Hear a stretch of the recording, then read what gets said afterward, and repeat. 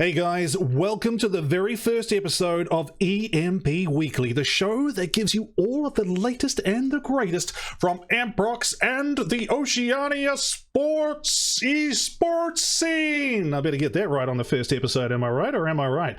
Okay, hello everybody, my name is Mike, aka Solitaire, and tonight we'll be talking to Shiv, aka Fenrir, owner of the esports organization Emprox. During the show, we're going to delve into the world of esports. But just before we begin though, we want to give a shout out to the Emprox PUBG team that is currently competing in the Ping Zero PUBG LAN in Auckland, New Zealand, as we record this video. Actually, they probably just finished just before. So tonight we're going to be talking about esports as a whole, and to give you an idea of what actually esports actually is, the difficulties it faces, and what could be done to remedy some situations right here in Oceania, the A of the N of the Z. So, here to shed some light on all that is Fenrir. Can I call you Fenrir? Yes, you can. Okay, cool. Before we get on to the main subject of esports though, I've said the name twice already, that name being Emprox. I just want to get it right. How do we pronounce it? Emprox or Emprox? So the idea of the name was kind of like, it's supposed to be I am Prox, but I didn't go with the I, so I had to improvise and go Emprox. So technically it's cut into 3 steps, but it's Prox. So Emprox. Emprox, there we go. See? Just a little learning curve. Okay, so I'm glad we got that sorted. Okay, so here's my first real question. You sort of started off answering it. Who or what is Emprox? Emprox. Yeah, I got it right that time. Indeed. All right, so anyway, Emprox, we are a marketing entity. So we market to the esports industry, so we market to the young demographic of people aged roughly about 13 to 34 years old that play like video games on a daily basis and have interest in the competitive side of things, right? So we're kind of like the unique marketing agency that pretty much targets millennials to a point, and right. Because we hit these great demographics, that we get a lot of attention from really big companies from the tech industry. Right. Okay. All right. So within that, though, like the tech industry people's, like, are we talking? We're talking computers. Are we talking gaming? What are we talking here? What are who are these people that are interested in your marketing skills? Our marketing skills, really, isn't it? So. Yeah. So evidently, this will be suppliers that do, or producers or manufacturers that do peripherals. So your mouses, your keyboards, your headsets, even, and obviously webcams, your computer screens, and pretty much everything else that comes in built with a computer, so your graphics cards and things like that. So obviously we can't, like, those are the people that are really genuinely interested in us as a marketing entity, and they basically get in contact with us and we go from there. Cool, and that's because we deal with esports. As we mentioned just before, Emprox has a PUBG team currently. How are they doing at the moment? So they're doing really good. They qualified for the, I believe, was the Ping Zero LAN, and we're really excited to see how things go. So obviously they would be playing right now as we're probably recording this video, or they probably would have finished before this video is out. But yeah, I reckon they have a really good shot at this LAN, and I'm interested to see how they go. Yeah, it's like I saw a tweet out earlier from one of the crew, and just landed. Like so their coach just landed in Auckland, New Zealand, and I think he had a really early morning flight, so he hadn't had much sleep. So he was looking a little bit grumpy in the photo, but I reckon he pulled it off. Well, at least he had a decent pair of headphones to sort of like block out any babies on board or anything like that. But so he lands. They have gone off to the Ping Zero PUBG LAN. They've done their thing. What's the next step for them after this? If they rank? Yeah, so pretty much the performance at the PUBG line will also kind of dictate the direction the team's going to take as well. I believe a couple of changes are in order, although this is very secret information. We're going to be looking to strengthen our roster depending on who's our weak points and who's our strong points. We want to be the top team in Oceania, so obviously some changes are going to go through, and we'll probably try and recruit some of the top caliber players there. So yeah, stay tuned. Nice. Yeah. I mean, this will be getting released after they know that they're even getting watched, so that doesn't really matter, does it? Certainly. But still, everybody, you didn't hear it here, but you kind of did. You heard it here first. So that's good to know that there is a little bit of a future coming up. Now, PUBG is pretty much the only team at the moment within Emprox, but what are you looking forward to? Like, there's seasons coming up this year. Are you looking to slot in any teams in the near future? Yep. Sorry to cut you off there. So currently, obviously, as you know, Emprox currently deals with the whole League of Legends side of things. We have a team competing in the Oceanic Challenger Series. Course, now yep. that doesn't really kick off until May. Yep. And we are also looking at prospects of possibly a Rocket League team and possibly a HOTS team. And I think may have some really good news coming up in the real future, I believe. I love watching me some HOTS HOTS. Yeah, no, I recently picked up the game and I was playing with a friend of mine, and I was all over it. Okay, I gotta play this. I've got a MOBA mouse. I'm already ready to go. But okay, so in saying that, Emprox is in the business of esports. Now, I mean, I can say esports all day long, but if people are sort of just turning up and let's say they're watching the video for me, they don't necessarily know what esports is, or even what an esports organization is, which we've gone over. But what, is like this big concept of this phenomenon of esports? Like, give us an overview, if you can, of the whole thing. All right, cool. Now, that's a very valid question, and I think a lot of people actually are unaware of esports, or actually don't know what it stands for. But from my understanding of esports, I reckon so esports is like an industry that's like derived from the overall gaming industry. Not a lot of people know this. And to kind of give you an overview of what esports is, it's basically the overall competitive side of the gaming industry. This is where the top 1% of players from each game are, and like they compete, right? So the esports side of things is just the competitive nature of the game versus the gaming industry side of things, which is just your average casual gamer, I believe. Right. And it's an industry where you kind of have like the best of the best kind of competing against each other.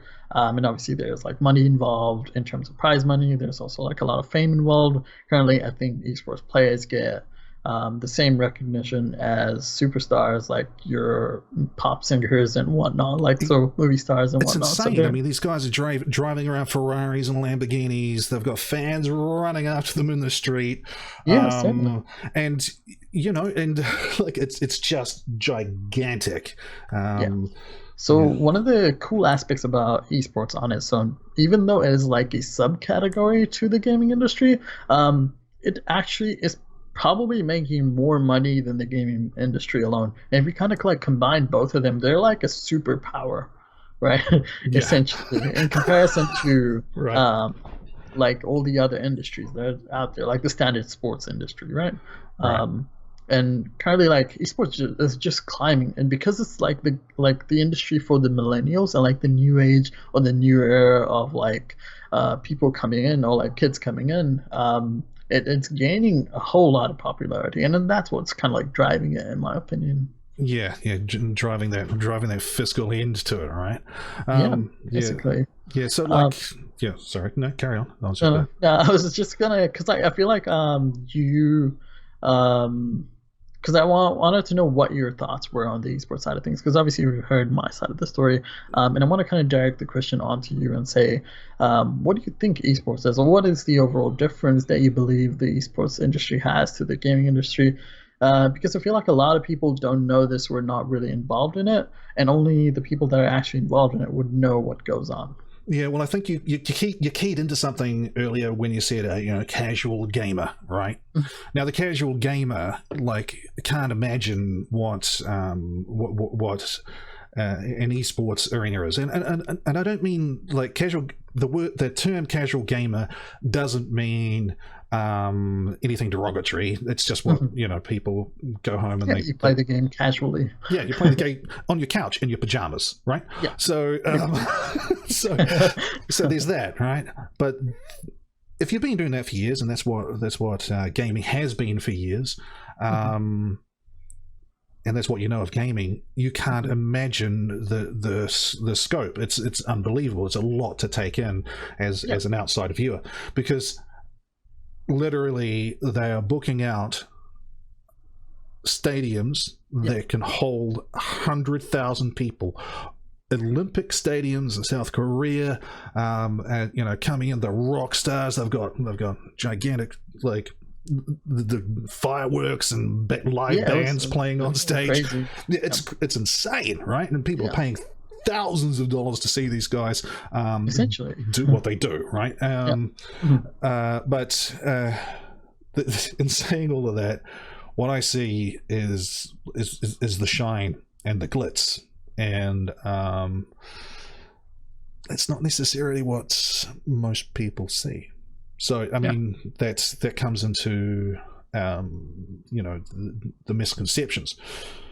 So what do you think the main common misconceptions of esports are?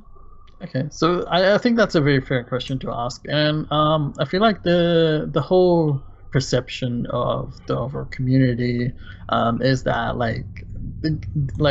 the people who play these games are nerds, right? And that nerds, again, a derogatory term, and I which call was myself a nerd,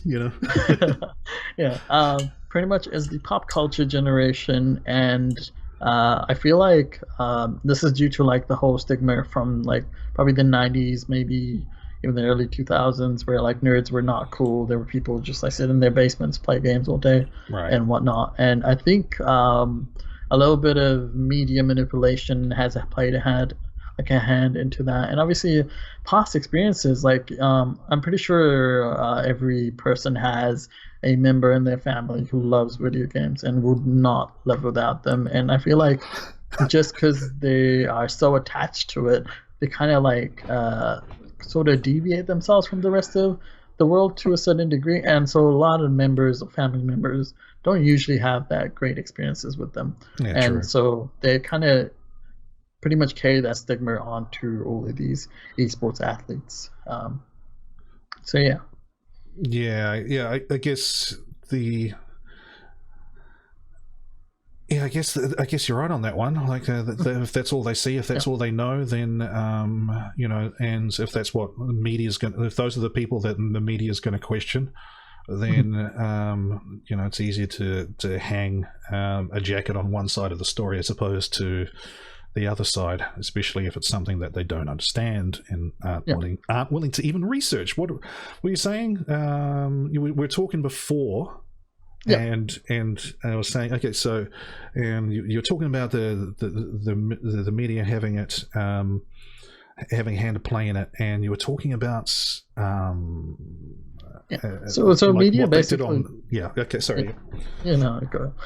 so basically what I was getting at was the media currently displays, I feel like they don't do their research, or the person who kind of covers these topics or does the write-up for most the news or whatever, they don't usually do that much in-depth research. It could also be a part of whether or not they have rights to use that footage, but I'm pretty sure any publicity that is gained by esports, I'm pretty sure all those companies would be okay with that. But all in all, esports is where it's for the top 1% of people, and these are athletes that play with extreme reaction times. These are almost to the point where you could compare them to a Formula One driver, right? You need insane reaction times to be able to play in esports or be an athlete in esports. Yeah, that leads down, like, sorry if I'm interrupting a thought, but that leads down quite an interesting sort of thing. They're athletes, right? Yeah. They're athletes. They train. How do they train? You know? Yeah, so they have their own training schedules, and they train both physically and mentally. A lot of mental stress is placed onto these athletes because most of the time esports is a mental game. You use a lot of your mental capacity when you play against an opponent because you're always trying to guess their next move. You're always trying to like outplay your opponent and whatnot. So I feel like it has a lot more strain than what a normal sports would in terms of mentally rather than physically. But people do see the physical drain. Like you can develop RSI if you're not too kind of careful. All these lengthy hours of gameplay as well. But jumping back to the overall, the media's representation or the media's hand that they had in misrepresenting esports. Recently, Australian news, or like one of the news outlets in Australia, they covered esports and they used images and video that was roughly from 2 years ago. Yeah, that's what it was. That's what you were saying. Yeah. And I think from what I gather, like 2 years ago, esports in Australia and New Zealand was considered to be like almost like a decade behind what it was for the rest of the world. Like we're talking South Korea, we're talking America, we're talking Europe as well. Like all these countries, they were a decade ahead of us. And so they were covering all these images and videos from Australia and New Zealand 2 years back. And so and we fast forward a year from then, it was said that we had jumped dramatically, and we've covered the gap to a certain point where we were just 3 years behind the rest of the world. And this is in 2017. And then if we fast forward to now, or 2018, or at the end of 2018, it's estimated that by 2019, we would have caught up to the rest of the world. Like our region, Australia and New Zealand, would have caught up to the rest of the world. So you can kind of see like how rapidly and how quickly we've developed in terms of esports right here in Oceania. So when you're talking about catching up, what do you mean by that? Are there sort of statistics? Are there numbers? Are there percentages of participation? What are we looking at here as the sort of the level of where it'll catch up to? Okay. So a couple of factors are considered. Obviously, viewership being the very first one. Right.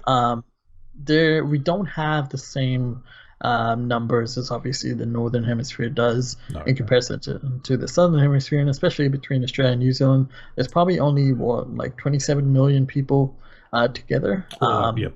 Yeah, and so in comparison to the rest of the world, where a majority of the 7 billion people are situated, we definitely don't have those numbers, but our numbers have dramatically grown. It is said roughly 3 million people from Australia and New Zealand. That's over 10%. That's a huge number. It definitely is, and they watch esports, or they're interested in esports in some way, and they're our average viewers. And other aspects that include are sponsorship, investors, and currently, if you don't know, if you haven't heard of esports before, right now a couple of AFL teams, and I know AFL is really big in Australia. AFL teams are also investing into esports now. So they're following what's happening over, Manchester's got their team. There's a couple of teams in France. There's I think Brown University has a team. Over in the universities States. are popping on board. Clubs are popping on board.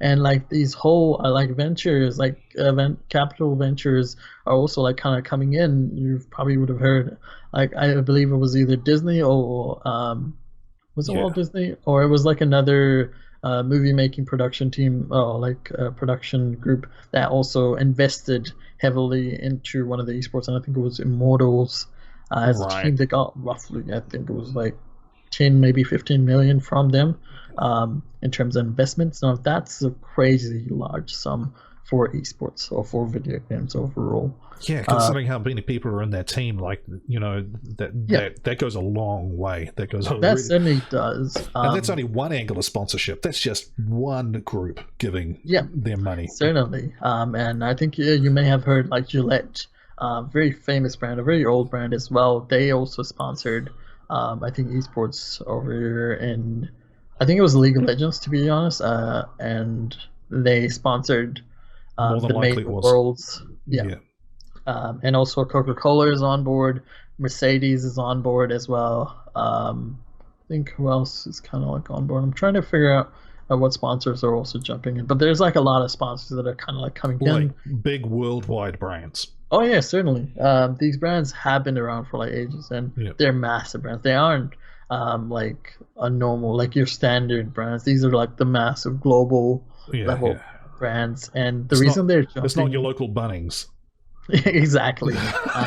And so pretty much the reason that they're jumping on board is because like the numbers, the viewership, it's there, and you can kind of, because of these streaming platforms that we have like Twitch, and like obviously across YouTube and even Facebook and Twitter now, those numbers are real time in comparison to the scale that they work off while they're on TV or broadcasted on TV. These numbers are real time, and you can measure them within like the hour and whatnot, and you can kind of see like if 20-30 million people are tuning in to watch something, that's crazy. That's an amazing amount of eyes that you want to have at least some sort of form of advertising in front of. That's for sure. Oh yeah, definitely.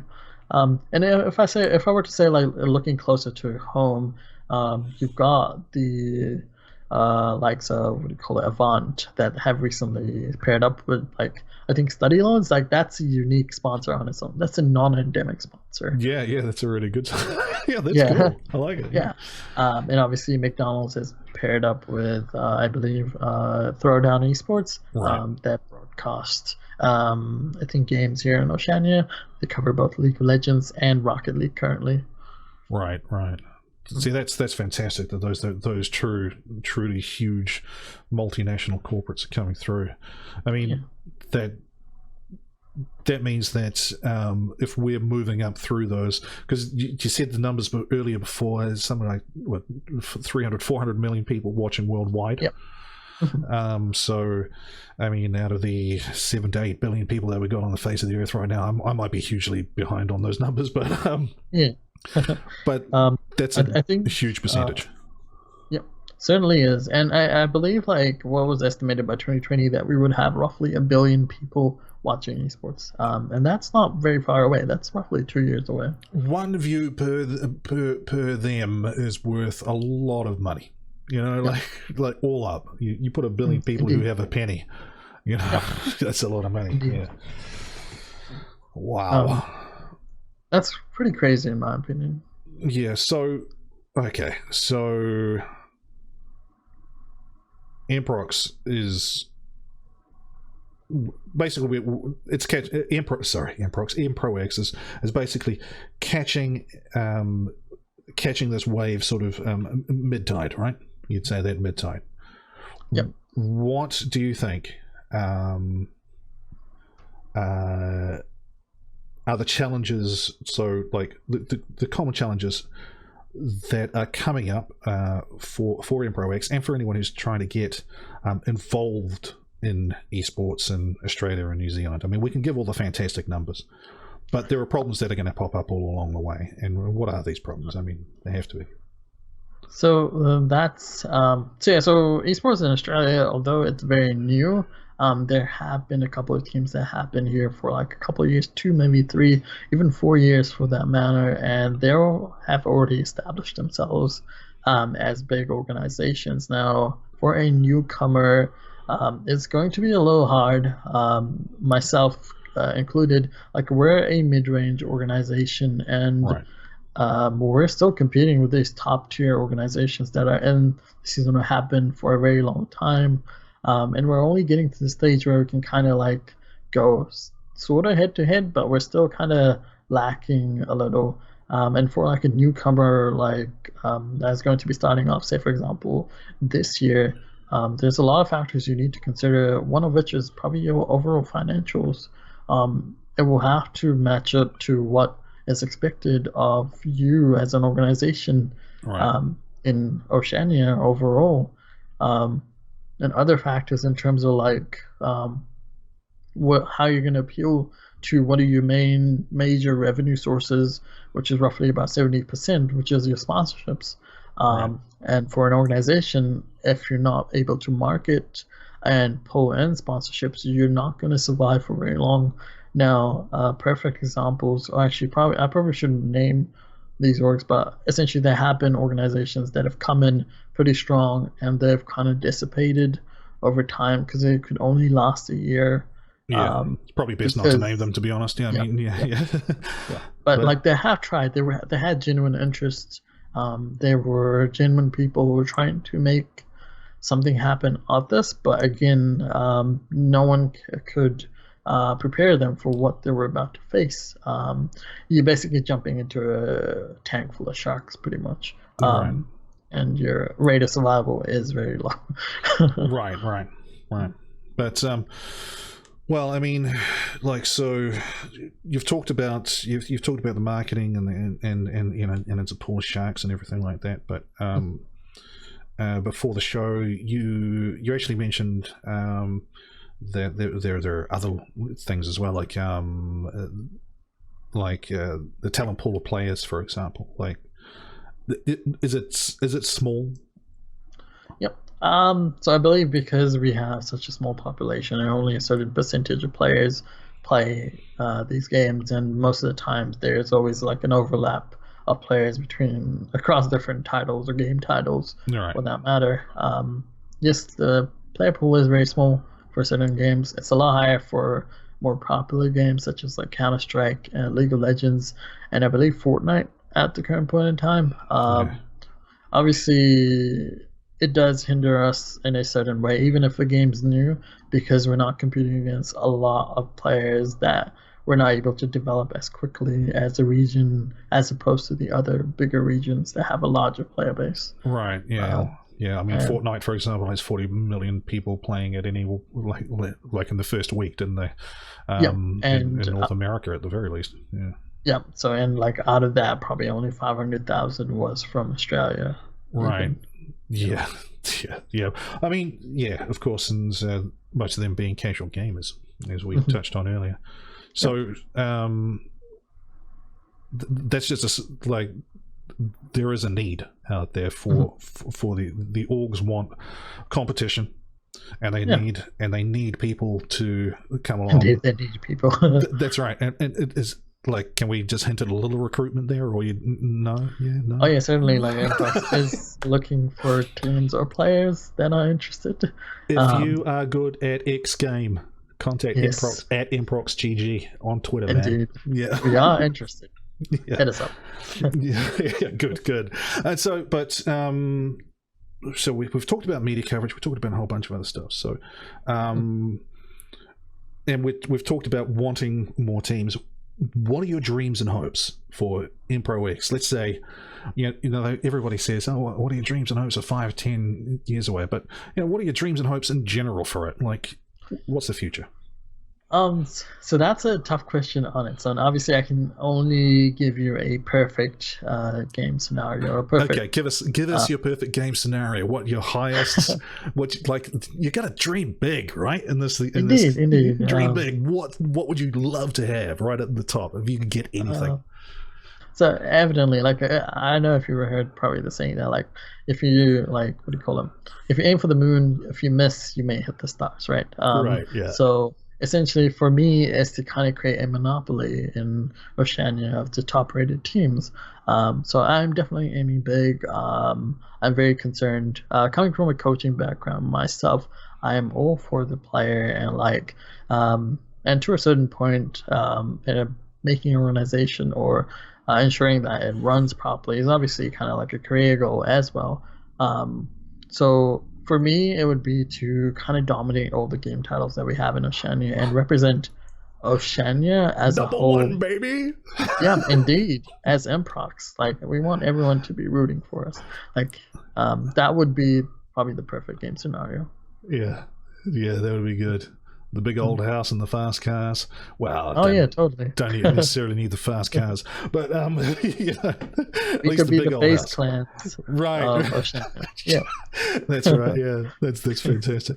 Hey, look, I just want to thank you, Fenrir, for your knowledge. We'll wrap it up here. I think That's ending on a fair. high. Thank you very much. Ending on a Solitaire. high. No, thank you, man. Honestly, it's been a good conversation. But okay, I'm going to wish the Emprox. We've said it, Emprox and EmproX. Even us, like we've been involved for a couple of months. Yeah, it's flexible right now. Yeah, but it is indeed flexible. Like we do both. Yeah, that's right. That's right. Respond to both. Yeah. So EmproX, right? The EmproX PUBG team that is currently in Auckland, New Zealand, and they are currently at the Ping Zero PUBG LAN, or they've just finished. So we want to wish them good luck. So I just want to say thank you to EmproX. I want to say thank you for coming along, and don't forget to take the discussion to the comment section below. Oh, yeah. You jumping on the YouTube thing already. Okay. No, it's good. No, it's good. You're learning. It's good. It's a good thing. I am indeed learning. That's right. But I do want to pop in and say something real quick. Cool. We definitely, so this was the very first week of the EMP Weekly, and we explored some of the topics.